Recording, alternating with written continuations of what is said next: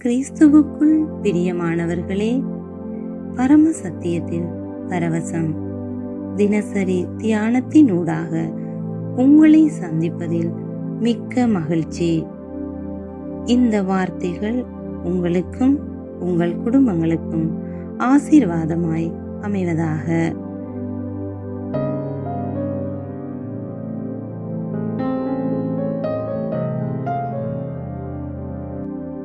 இன்றைய நாளுக்கான தலைப்பு, கிறிஸ்து இயேசுவே நமக்கு மாற்றாக இருக்கிறார்.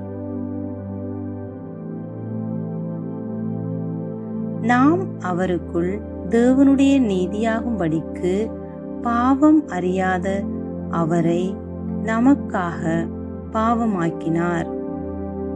2 கொரிந்தியர் 5:21.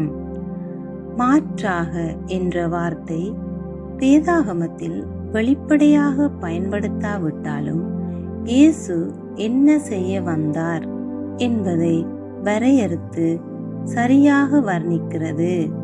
எதையாவது அல்லது ஒருவரை இன்னொருவருடன் மாற்றுவது, மற்றொருவரின் இடத்தை எடுப்பது அல்லது மற்றொருவரின் இடத்தில் வைப்பது என்பதாகும். இயேசு நமக்கு மாற்றாக இருக்கிறார் என்பதன் அர்த்தம், நாம் அவருடைய இடத்தை பெற்றுக்கொள்ள அவர் நம் இடத்தை எடுக்க வந்தார். அது எவ்வளவு அற்புதமானது! எந்த மத தலைவரும் அப்படி செய்யவில்லை. யாரும் யாருக்காகவும் இதை செய்யவில்லை. ஆனால் இயேசு செய்தார். தீர்க்கதரிசிகள் கூட பழைய ஏற்பாட்டில் இது பற்றி தீர்க்க தரிசனம் உரைத்தார்கள். அவர்கள் கிறிஸ்துவுக்கு உண்டாகும் பாடுகளையும் அவைகளுக்கு பின்வரும் மகிமைகளையும் பற்றி தீர்க்க தரிசனம் உரைத்தார்கள். 1 பேதுரு 1:11. உதாரணத்திற்கு ஏசாயா தீர்க்கதரிசி ஏசாயா 53:4-6 கூறுகின்றார், மெய்யாகவே அவர் நம்முடைய பாடுகளை ஏற்றுக்கொண்டு நம்முடைய துக்கங்களை சுமந்தார். நாமோ அவர் தேவனால் அடிபட்டு வாதிக்கப்பட்டு சிறுமைப்பட்டவர் என்று எண்ணினோம். நம்முடைய மீறுதல்களின் நிமித்தம் அவர் காயப்பட்டு நம்முடைய அக்கிரமங்களின் நிமித்தம் அவர் நொறுக்கப்பட்டார். நமக்கு சமாதானத்தை உண்டு பண்ணும் ஆக்கினை அவர் மேல் வந்தது. அவருடைய தழும்புகளால் குணமாகிறோம். நாம் எல்லாரும் ஆடுகளைப் போல வழி தப்பி திரிந்து அவனவன் தன் வழியிலே போனோம். கர்த்தரோ நம்மெல்லாருடைய அக்கிரமத்தையும் அவர் மேல் விழப்பண்ணினார். ஏசாயா தீர்க்கதரிசி தனது நாளில் இதை ஒரு தரிசனத்தில் கண்டார். அது இன்னும் நடக்கவில்லை. ஆனால் அவர் கடந்த காலத்தில் பேசினார். ஏனென்றால் தேவனுடைய மனதில் அது ஏற்கனவே நடந்தது. வேதாகமம் இயேசுவை உலக தோற்றம் முதல் அடிக்கப்பட்ட ஆட்டுக்குட்டி என்று அழைக்கிறது. அல்லேலூயா. 6வது வசனத்தின் பிற்பகுதியை கவனியுங்கள். நாம் எல்லாரும் ஆடுகளைப் போல வழி தப்பி திரிந்து அவனவன் தன் வழியிலே போனோம். கர்த்தரோ நம்மெல்லாருடைய அக்கிரமத்தையும் அவர் மேல் விழப்பண்ணினார். நம்முடைய பாவங்கள் யாவும் இயேசுவின் மேல் சுமத்தப்பட்டன. அதைத்தான் தீர்க்கதரிசி கண்டார். மனிதர்கள் அனைவரின் பாவங்களையும் தன்மீது சுமக்கும் மேசியாவின் தரிசனம். வசனம் 8 வாசியுங்கள். அது கூறுகிறது, இடுக்கணிலும் நியாய தீர்ப்பிலுமிருந்து அவர் எடுக்கப்பட்டார்.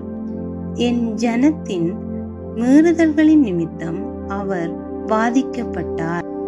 இறுதியில் இயேசு வந்தபோது அவர் காய்பாவின் தீர்ப்பை எதிர்கொண்டார். அவர் பிலாத்துவின் தீர்ப்பை எதிர்கொண்டார். பின்னர் அவர்கள் அவரை கொன்றார்கள். கர்த்தரோ அவரை நொறுக்கச் சித்தமாயிருந்தார் என்று வேதம் கூறுகிறது. அதாவது தேவன் தான் அவரை மரணத்திற்கு ஒப்பு கொடுத்தார். அதனால் இயேசுவினுடைய ஆத்துமா பாவத்திற்கான பலியாக இருக்கும் என்று அவரது தியாகம், அவரது மாற்று வேலை நம்மை உருவாக்கியது. இதை பற்றி சிந்திக்கவும். இன்று நாம் அவருடைய நாமத்தில் வாழ்வதில் ஆச்சரியமில்லை. நமது துவக்க வசனம் கூறுவதைப் போலவே அவருடைய நீதியாக ஆக்கப்பட்டோம். அடுத்த தியானத்தில் மேலும் அறிந்து கொள்வோம். ஆமேன். ஹல்லேலூயா. ஜெபம் செய்வோமாக. அன்புள்ள பிதாவே, எனது மாற்றாக கிறிஸ்துவின் தியாகத்தின் மூலம் நான் பெற்ற நீதியின் பரிசுக்காகவும் புதிய வாழ்க்கைக்கும் நான் மிகவும் நன்றியுள்ளவராக இருக்கிறேன். நான் இன்று அவருடைய முடிவடைந்த செயலின் வெற்றியில் வாழ்கிறேன். அவரின் என் அடையாளத்தை முழுமையாக உணர்ந்து வாழ்கிறேன். நான் இந்த சத்தியத்தின் வெளிச்சத்தில் நடக்கிறேன். உமது மகிமையும் நன்மையும் உலகுக்கு அறிவிக்கிறேன். இயேசுவின் நாமத்தில் ஆமேன். மேலும் தியானிக்க சில வசனங்கள். கலாத்தியர் 3 அதிகாரம் 13 தொடங்கி 14 வரை. 1 பேதுரு 3 அதிகாரம் 18 2 கொரிந்தியர் 8 அதிகாரம் 9 இவ்வசனங்களை வாசியுங்கள். கர்த்தர் உங்கள் வாழ்க்கையில் பெரிய காரியங்களை செய்து ஆசீர்வதிப்பாராக. ஆமேன். நன்றி.